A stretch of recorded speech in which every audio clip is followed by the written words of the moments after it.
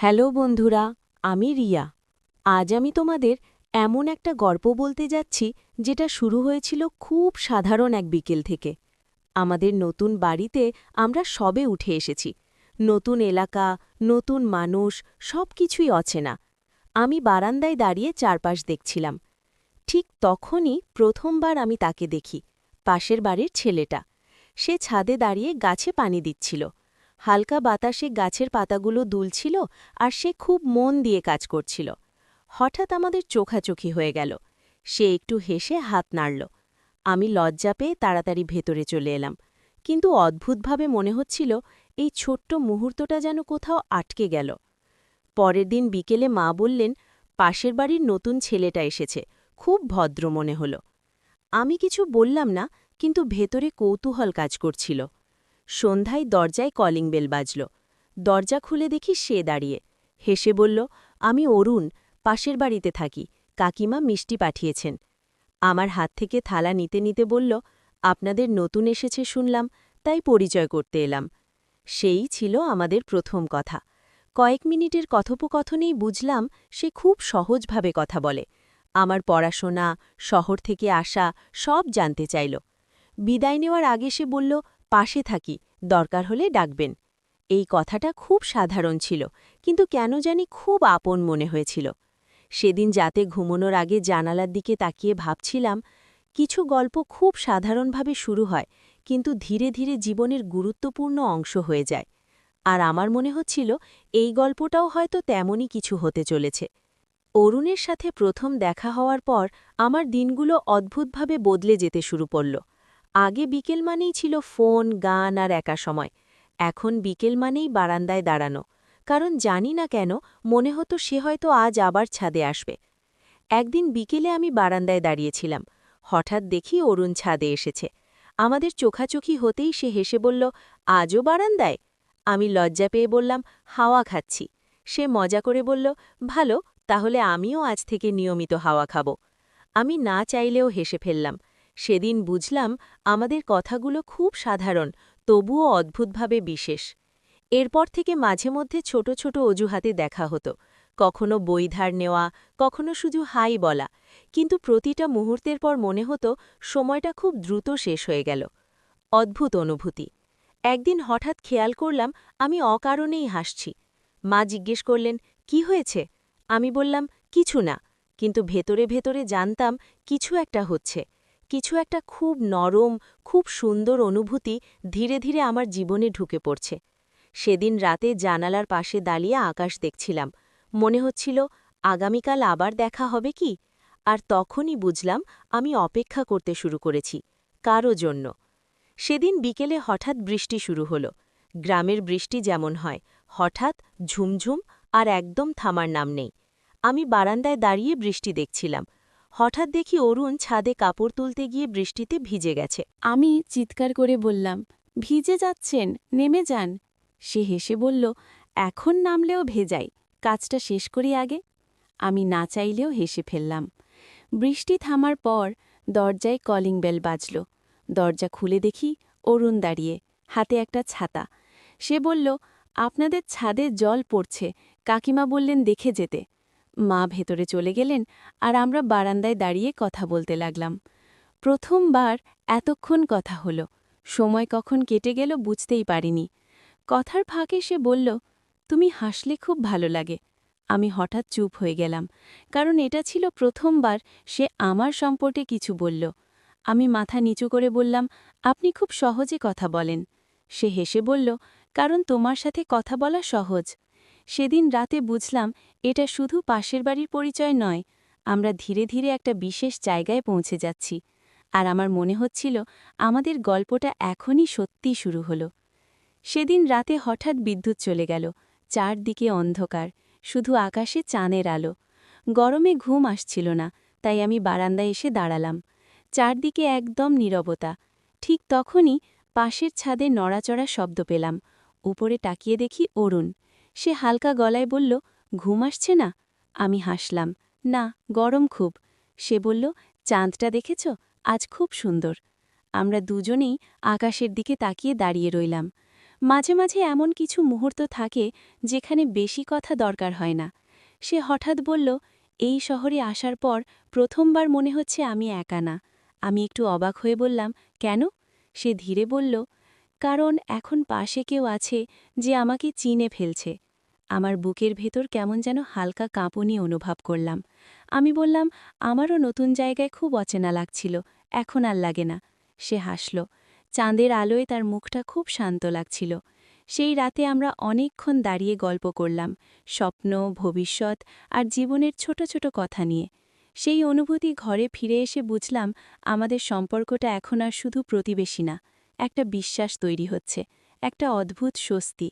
আর মনে হচ্ছিল এই রাতটা আমাদের জীবনের গুরুত্বপূর্ণ স্মৃতি হয়ে থাকবে।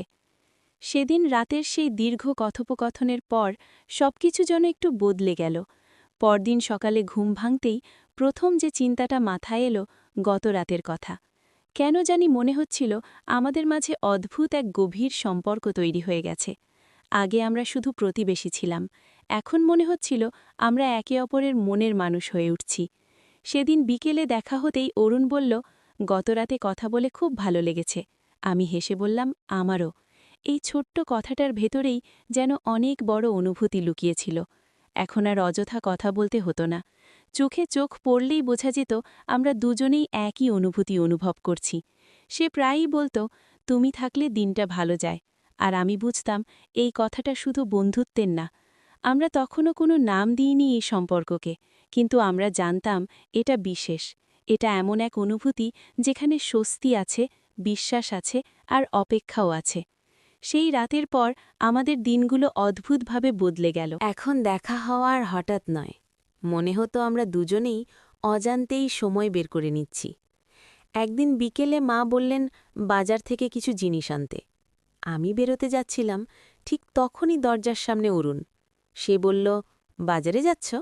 আমি অবাক হয়ে বললাম, হ্যাঁ, কেন? সে হেসে বলল, তাহলে একসাথে যাই। সেই ছিল আমাদের প্রথম একসাথে বাইরে হাঁটা। রাস্তা খুব সাধারণ ছিল, কিন্তু মনে হচ্ছিল পথটা বিশেষ। বাজারের কাজ শেষ করে সে বলল, এক কাপ চা খাওয়া যায়? আমরা রাস্তার পাশে ছোট্ট দোকানে দাঁড়িয়ে চা খেলাম। সময় যেন ধীরে চলছিল। সে বলল, তোমার সাথে থাকলে সময় খুব দ্রুত চলে যায়। আমি হেসে বললাম, আমারও তাই মনে হয়। সহজ সুখ, এখন মাঝে মাঝে একসাথে থাকি। আমরা বুঝতে পারছিলাম আমরা শুধু একে অপরের সঙ্গ পছন্দ করি না, বরং একে অপরের উপস্থিতিতে স্বস্তি পাই। সেদিন রাতে আমি বুঝলাম, ভালোবাসা কখনো হঠাৎ আসে না, এটা আসে ধীরে ধীরে, একসাথে কাটানো ছোট ছোট মুহূর্তের মধ্যে দিয়ে। দিনগুলো এখন আর আগের মতো সাধারণ লাগত না। প্রতিদিনের ভেতর লুকিয়ে থাকত এক টুকরো অপেক্ষা। কখন দেখা হবে, কখন কথা হবে। সেদিন বিকেলে অরুণ আমাকে ছাদে ডাকল। আমি উঠতেই দেখি ছোট্ট একটা টেবিলে 2 কাপ চা রাখা। আমি অবাক হয়ে বললাম, এত আয়োজন? সে হেসে বলল, আজ আকাশটা খুব সুন্দর, একা দেখলে মজা নেই। আমরা দুজন ছাদের ধারে বসে সূর্যাস্ত দেখছিলাম। আকাশটা ধীরে ধীরে কমলা থেকে গোলাপি হয়ে যাচ্ছিল। হঠাৎ সে বলল, তুমি আসার আগে এই ছাদটা খুব ফাঁকা লাগত। আমি চুপ করে শুনছিলাম। সে আবার বলল, এখন মনে হয় দিন শেষ হওয়ার আগেই এখানে আসতে হবে। এই কথাটা শুনে আমার বুকটা হালকা কেঁপে উঠল। আমরা কিছুক্ষণ চুপচাপ বসে রইলাম, কিন্তু সেই নীরবতাও অদ্ভুতভাবে সুন্দর ছিল। মনে হচ্ছিল কথা না বললেও আমরা একে অপরকে বুঝতে পারছি। সেদিন বুঝলাম, ভালোবাসা শুধু বড় বড় মুহূর্ত না, ভালোবাসা লুকিয়ে থাকে এই ছোট ছোট বিকেলগুলোর ভেতর। আর আমার মনে হচ্ছিল আমাদের গল্পটা এখন সত্যিই সুন্দর হয়ে উঠছে। দিনগুলো এখন যেন খুব দ্রুত কেটে যাচ্ছিল। প্রতিটা দেখা, প্রতিটা কথা, সব কিছুই একটু বেশি গুরুত্বপূর্ণ হয়ে উঠছিল। আমি বুঝতে পারছিলাম আমাদের সম্পর্কটা আর শুধু বন্ধুত্বে আটকে নেই। সেদিন সন্ধ্যায় অরুণ বলল, আজ ছাদে আসবে, একটু কথা ছিল। তার কণ্ঠে একটা আলাদা গম্ভীরতা ছিল। আমার মন হঠাৎ দ্রুত ধরফর করতে লাগল। ছাদে গিয়ে দেখি চারদিকে হালকা বাতাস, আকাশে অল্প তারা। সে কিছুক্ষণ চুপ করে দাঁড়িয়ে রইল, তারপর ধীরে বলল, রিয়া, একটা কথা অনেক দিন ধরে বলতে চাইছি। আমি চুপ করে শুনছিলাম। সে বলল, তোমার সাথে কথা বলা, তোমার সাথে সময় কাটানো, এগুলো আমার দিনের সবচেয়ে সুন্দর সময়। আমার হাত কাঁপছিল। সে আবার বলল, আমি জানি না এটাকে কি বলা উচিত, কিন্তু আমি তোমাকে খুব পছন্দ করি, খুব। আমার মুখে কোনো শব্দ ছিল না, কিন্তু আমার হাসি সব বলে দিচ্ছিল। আমি ধীরে বললাম, আমারও তোমার সাথে সময় কাটাতে খুব ভালো লাগে। তার মুখে তখন এমন এক স্বস্তির হাসি ফুটে উঠল, যেন সে অনেক দিন ধরে অপেক্ষা করছিল এই মুহূর্তটার জন্য। সেই দিনের স্বীকারোক্তির পর সবকিছু যেন বদলে গেল। আগের মতোই আমরা কথা বলতাম, দেখা করতাম, কিন্তু এখন অনুভূতিটা ছিল অন্যরকম, আরও কাছের, আরও আপন। সেই নীরব রাত এক সন্ধ্যায় আমরা আবার ছাদে বসেছিলাম। হালকা বাতাস বইছিল, চারদিকে শান্ত নীরবতা।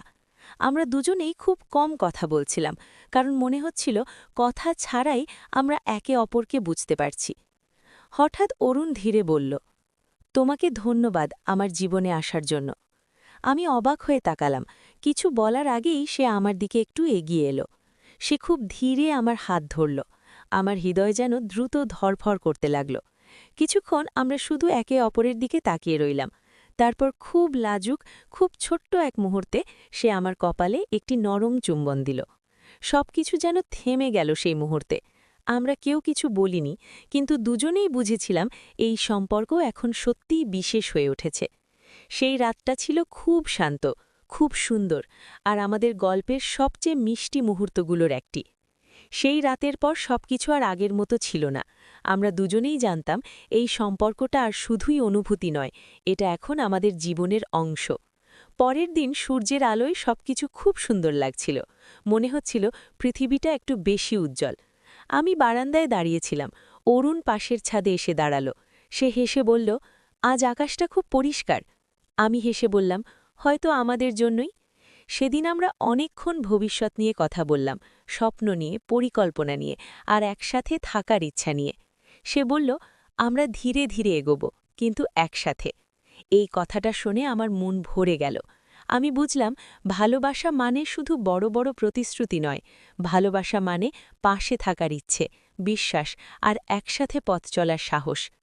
তো বন্ধুরা, ভিডিওটি ভালো লাগলে কমেন্টে জানাবেন। এই রকম ভালোবাসার গল্প শুনতে চাইলে চ্যানেলটি সাবস্ক্রাইব করুন এবং পাশে থাকুন, আর আপনার বেল আইকনটা বাজিয়ে রাখুন, যাতে নতুন ভিডিও আপলোড করা মাত্র আপনারা দেখতে পান।